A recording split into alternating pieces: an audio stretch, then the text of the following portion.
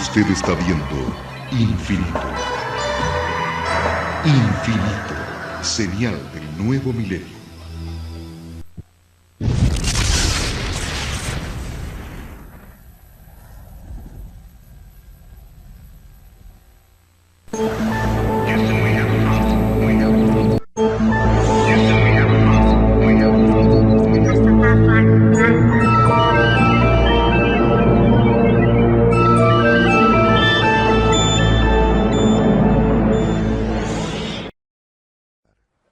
El A-12, desde su concepción hasta su retiro, fue operado solo en 2 locaciones. El Área 51 en Lago Groom fue su hogar original.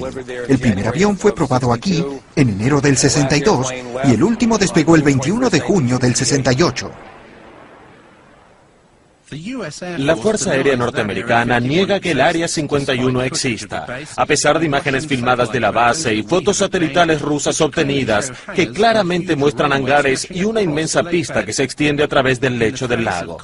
A pesar de la constante negativa de su existencia, la base se ha expandido desde los años 50. Varios vuelos de pasajeros llegan a ella cada día, trasladando centenares de trabajadores a la base. Con este nivel de personal, las pocas reparticiones que pueden observarse por sobre el nivel del suelo son meramente la fachada de una inmensa edificación subterránea.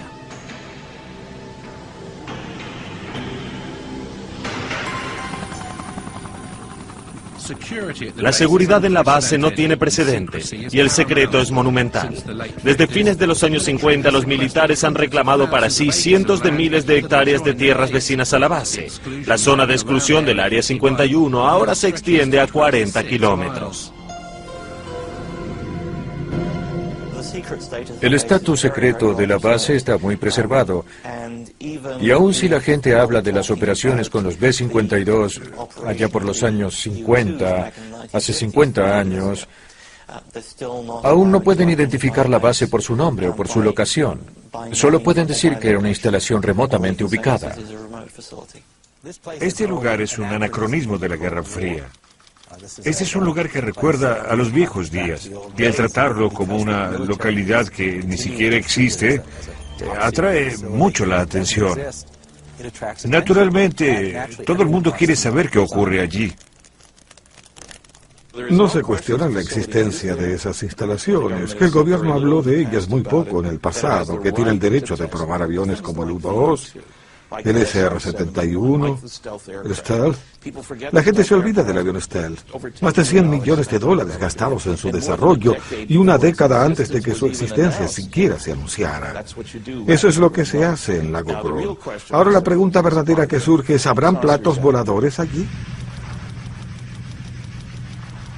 Fuimos al cielo para ver la base por nuestra cuenta. Volando a una altitud de 3.000 metros, llegamos a 1,5 kilómetros de la zona de restricción. Habiendo hecho contacto con la torre, pronto descubrimos lo seriamente que el Área 51 preserva su espacio aéreo.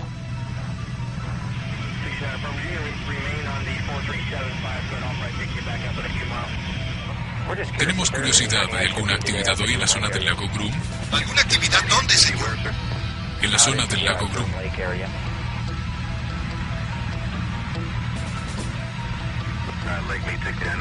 No tenemos información disponible. Se encuentran cerca de una zona de exclusión.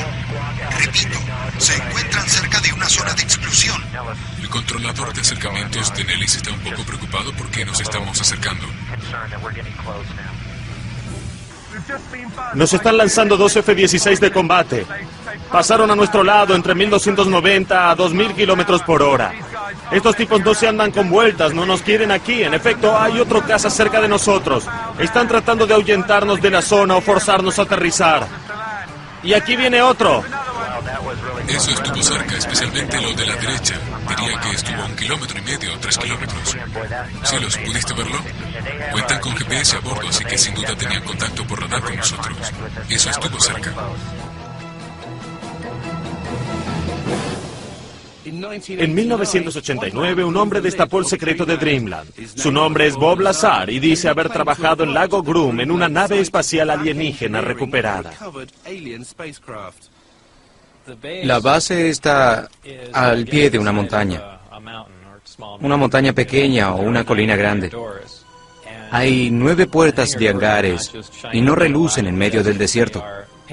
Están pintadas o rociadas con algo que les da textura arenosa y según lo que puedo aseverar, esto es para que no tomen fotografías satelitales de las instalaciones y se mimetice con el entorno serrano. Era bastante efectivo, según pude ver. En la primera ocasión que llegué allí, todas las puertas de los hangares estaban cerradas, pero al estar cerca, uno se da cuenta cuáles son las puertas que se deben abrir. Dimos una vuelta por el lado izquierdo de las instalaciones y había una entrada principal allí. Pasamos unos portones y el puesto de seguridad. Luego entramos y era una típica repartición del gobierno. El trabajo que hacía básicamente tenía que ver con el mantenimiento de ingeniería de los sistemas energéticos, también los de propulsión, y opté con quedarme en el sector energético, en el reactor que impulsaba la nave. Con el permiso que tenía, que se llamaba permiso Majestic, había solo otras 22 personas en la zona S4 y estaban autorizadas para trabajar en la nave. La guarnición en la que trabajaba en Área 51 se llamaba S4 y estaba en el lecho del lago Papoose, a pocos kilómetros del lago Groom. Cuando me llevaban en autobús, normalmente nos llevaban a la parte izquierda de las instalaciones e ingresábamos a la puerta por allí. Y por primera vez una de las puertas de los hangares, la del extremo, estaba abierta.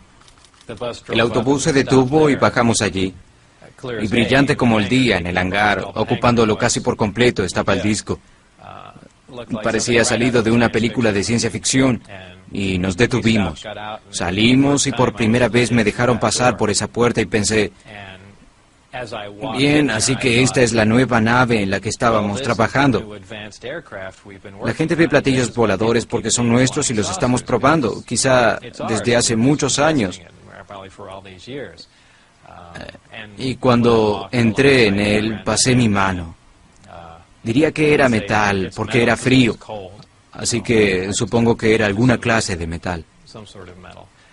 Y de hecho, por una escotilla que había sido arrancada, había una apertura y tenían una bandera norteamericana clavada.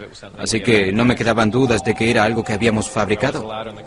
Una vez me permitieron ingresar a la nave para ver la ubicación de los sistemas en caso de que fuera importante trabajar en la nave. Obviamente me acompañaron y estaba hecha para ser piloteada por alguien más pequeño que un ser humano normal. Todo era muy estrecho allí. Había un piso inferior que se abría por una apertura en el piso, por el que pasé la cabeza y el torso para ver con linterna cómo los amplificadores de gravedad estaban colocados. Vi a mi alrededor y había 3 asientos más.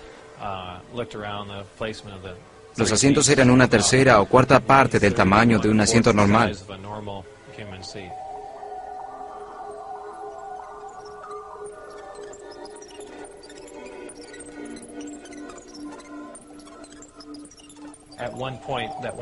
En ese momento, cuando estaba en la nave, uno de los arcos se hizo transparente.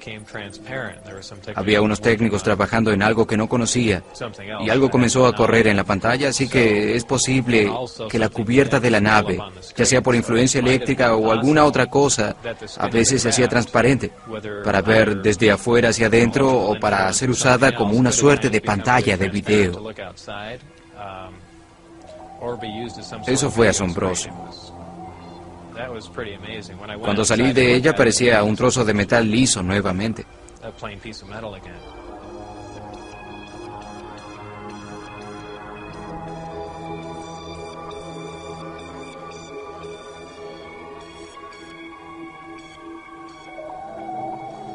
Mucha gente me dice que debió ser emocionante estar allí y yo siempre digo que no.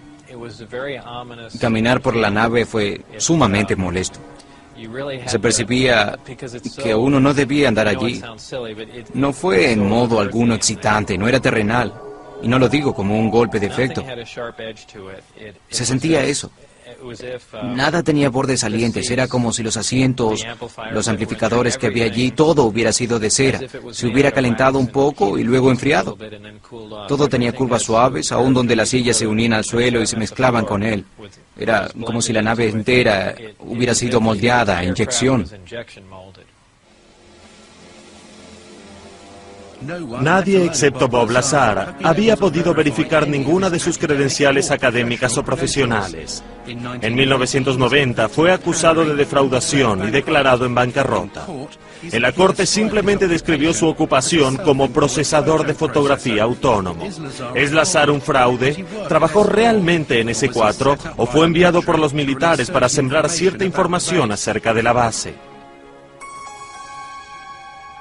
La noción de que era alguien especial, un científico dotado para trabajar en un proyecto de esa naturaleza, es de ciencia ficción. En primer lugar, no tenemos motivos para decir que sea científico. Ningún diploma, ninguna publicación, asociación, nada lo respalda.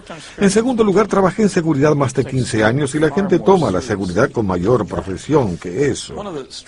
En una extraña declaración dijo que había solo 22 personas trabajando en esto. Habría más personas que eso trabajando en una nueva ratonera para el gobierno. No tiene sentido. Tiene todo el aspecto de ser un invento, una fábula. Alguien que tiene la imaginación más veloz, más brillante y fuerte que ninguna otra persona. Hice varias averiguaciones en torno a Bob Lazar. Realmente lo conocí. Obtuve una copia de su formulario W2, un documento impositivo relacionado a los aportes.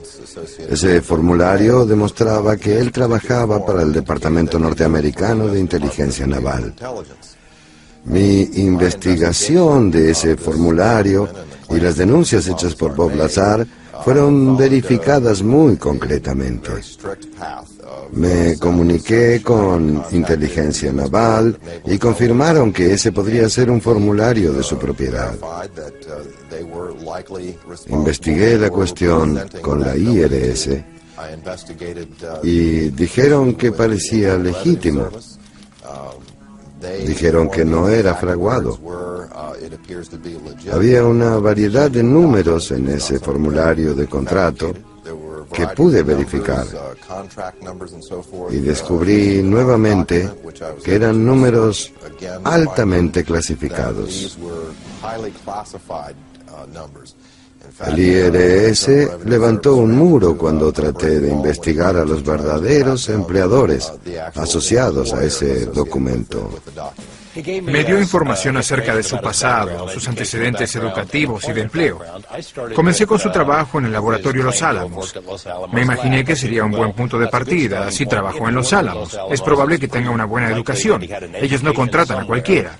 Si trabajó en Los Álamos, especialmente en proyectos clasificados, es menos razonable asumir que hubiera podido trabajar en otras instalaciones de Nevada en proyectos similares. Fuimos a Los Álamos y no nos dieron ningún tipo de cooperación. No respondían nuestros llamados telefónicos. Decían, no tenemos información sobre Bob Lazar. Hay un número de identificación, pero no trabajó para nosotros. Trabajó para otros. Básicamente, el laboratorio Los Álamos trató de confundirnos. No cooperó en nada para tratar de obtener información sobre Bob, y hallé que es el caso a cada instancia en que trato de averiguar su pasado. No pude encontrar registros, y yo fui el que descubrí eso. Inicialmente no pude encontrar mi certificado de nacimiento, y en lo que a mí concierne, ellos quieren hacer de cuenta que yo no tengo existencia. Pienso que es más probable que Bob Lazar haya sido elegido para ser el conducto de cierta información concerniente al proyecto extraterrestre.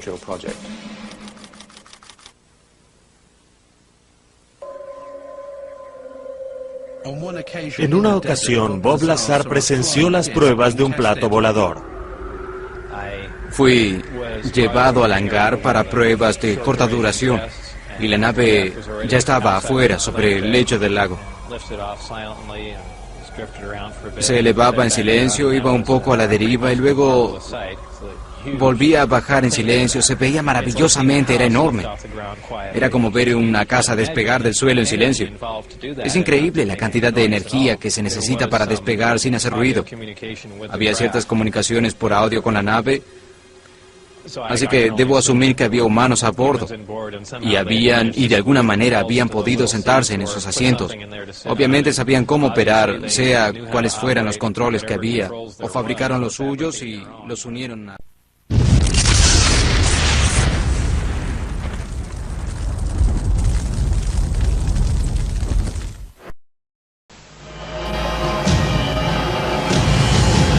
Cada minuto, de cada hora, de cada día, ocurren eventos inexplicables.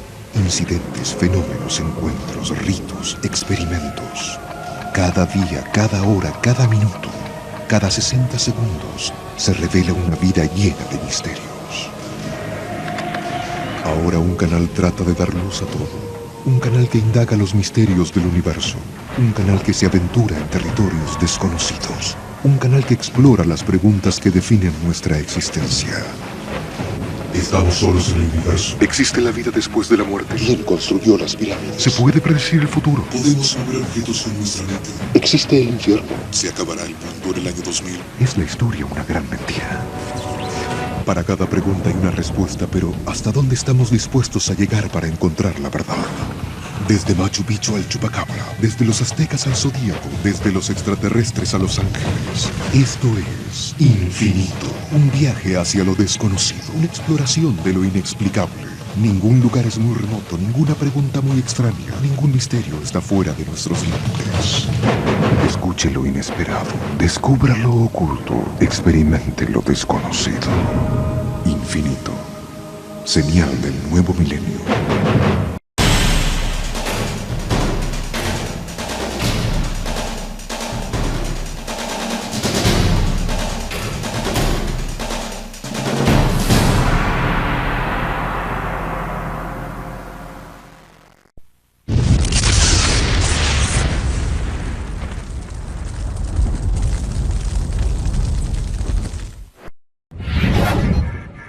Infinito. Abre tu mente.